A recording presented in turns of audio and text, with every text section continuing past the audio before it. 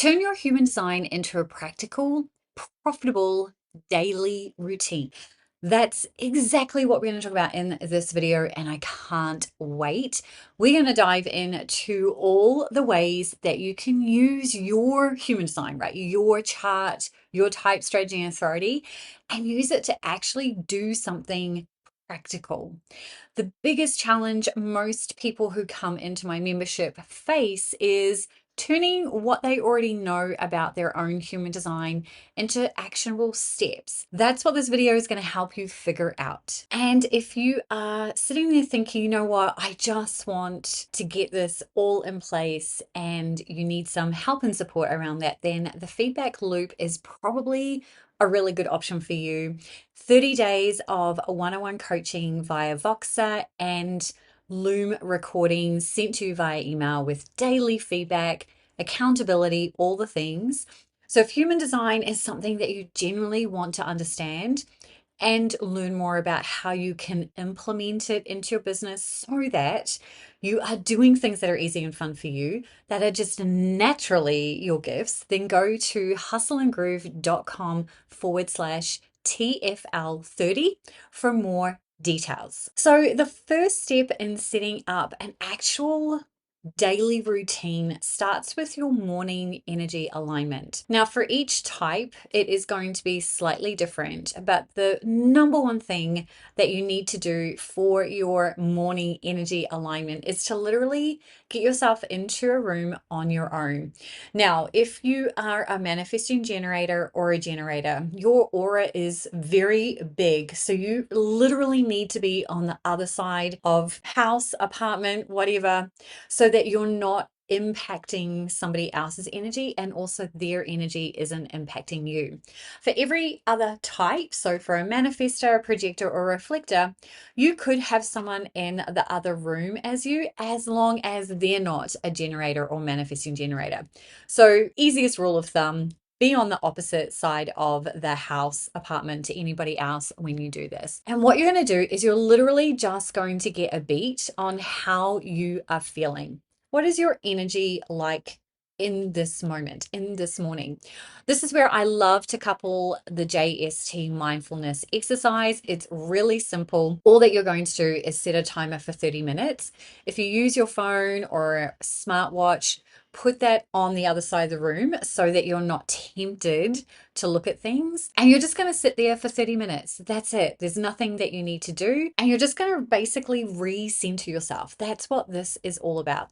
Now, some things may come up during that, and that's absolutely fine. I do find having pen and paper handy to jot stuff down is helpful. But the bottom line is you don't have access to any digital devices so that you can't be distracted. So once you have a good beat on your energy alignment, and here's the thing, if you are feeling not in alignment, then you definitely want to give yourself probably a little bit more time to recenter yourself. Now, based on whatever your authority is, that's what you're going to use to reconnect and recenter. So if you've got emotional authority, you're just going to check in with your emotions. Where are you in your wave? And if you are in the wave, in other words, if you're experiencing any type of kind of big emotion, then you know today is not the day to be making decisions. But if you are feeling calm and kind of neutral, then have at it. It's a good day to be making decisions. If you have sacral authority, you're literally just always following your guts and nothing that you really need to do other than to put your hand on your gut and just ask yourself, am I feeling good today? Yes or no. Remember, only ask yes or no questions. If you have any of the other different authorities, you're just going to check in with each one. So if you've got splenic authority, you're going to check in with your intuition. If you are having a heart as your heart-centered authority, then you're just going to see where are you feeling a push or a pull. If you're a reflector, then you're literally just going to kind of check in with the transits, see where you've got activation in your chart. But always remember, if you're looking to make a decision, you need to wait that 28-day cycle. Now, if you have, soundboarding, anything like that, then you might find verbally speaking out loud or journaling might help you get to kind of where you need to be. But all of the different authorities are all designed to help you kind of get back on track. Then the next thing that you're going to do is determine your optimal working hours. Now, this is not necessarily type specific. However, I will say this: if you are a manifester, a projector, or a reflector, you are not designed to work 8 or more hours a day. You're designed to work less. Now, if you're a reflector, there are some days where you could work 8 hours, but for the most part, it's about going with the flow. Projectors, you tend to work in time blocks. So focused time blocks are really good for you. Manifestors, you're just going to follow your energy. Do you have 200% energy and you're rearing to go?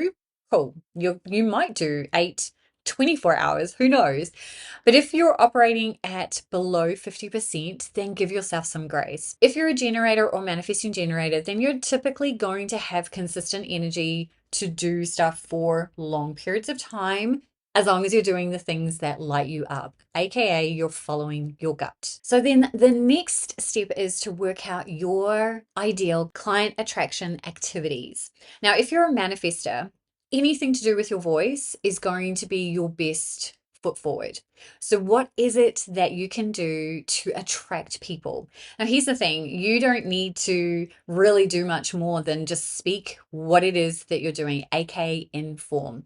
So it's always about following your strategy when it comes to attracting clients.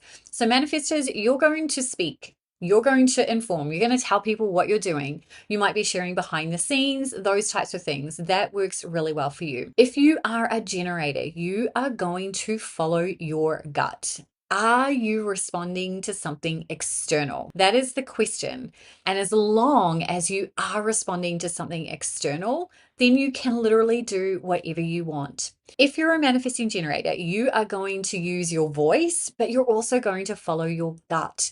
So you're also going to be responding to something external, and then you're going to inform. So you get to do a couple of different things, but you will always do well when it comes to client attraction activities if you first follow your gut and you respond to something external. So you might get an idea. That's kind of what that looks like. And it's prompted by something that you saw, experienced, heard, whatever. Then you're going to inform. And that's where sharing behind the scenes stuff does work really well for you. Now, if you're a projector, you are here to be invited. That's your strategy, to wait for an invitation. But that doesn't mean that you sit on your laurels. You are going to need to be recognized first before someone can literally be like, yeah, that's the person that's going to help me. So your recognition piece is very much about visibility and discoverability. You are going to share your insights, knowledge, and wisdom every day. That's all you need to do to attract clients. And you just need to make it really simple for them to figure out how to work with you. So optimize your profiles, make sure your signature on your email has links to all the things. Your long form content clearly links to your offers. Make it easy for people to work with you. This is not about hiding what you do, but you're not here to chase either. So make sure that you figure out where you want to be hanging out online and then start sharing from that space of, I have this piece of advice that I want to give to this specific person, but I can't do that. So let me share it from a general perspective. That's kind of your vibe. Now, if you're a reflector, this is very much going to be you going with the flow. It's very much about following the things that surprise you. That's how you know that you're doing something that feels really good. So you will no doubt already know what your zone of genius is, and you're probably already living and breathing it. You're just simply going to automate as much as you can so that you're not having to do lots of active stuff. Your business wants to be automated. So think about that from your client attraction activities.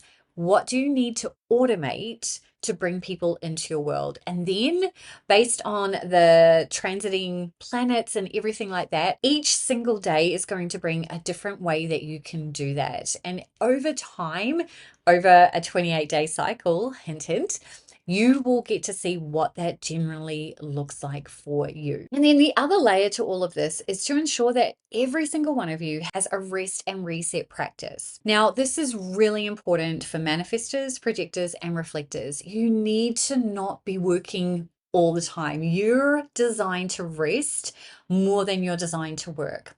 Generators and manifesting generators tend to do more work, but that's because they have defined sacrals. They literally have a generator that is just always generating energy. But, and this is a big but, for generators and manifesting generators, you also need a practice at the end of the day that allows you to expel any leftover energy from the day. Whilst you can work 24/7 when you're doing something that lights you up, realistically, you need to be able to recharge your generator battery.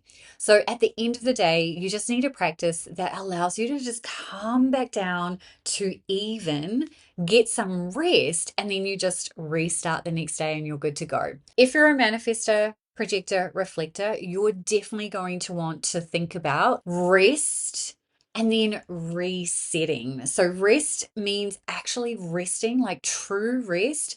Resetting might mean doing things that are just tons of fun, because often what will happen is that your biggest ideas come when you're just doing something that's fun and you're not thinking about work. So figure out what that looks like and bake it into your daily cash flow checklist so that you know what that looks like for you. So your action step is really simple. It's literally to go back and figure out what your daily cash flow activities are going to be based on your human design type and strategy. Sit down, map it all out, and start implementing it. And if you need help with any of that, again, the feedback loop is exactly designed to help you put all of this into place and more. You can learn more about that in the description below, or you can go to hustleandgroove.com TFL30, and I'd love to connect with you. Now, the video that is coming up on your screen right now is going to help you understand messaging. Messaging is so important, doesn't matter what your type is. So go ahead, click on that, and I will see you in that video.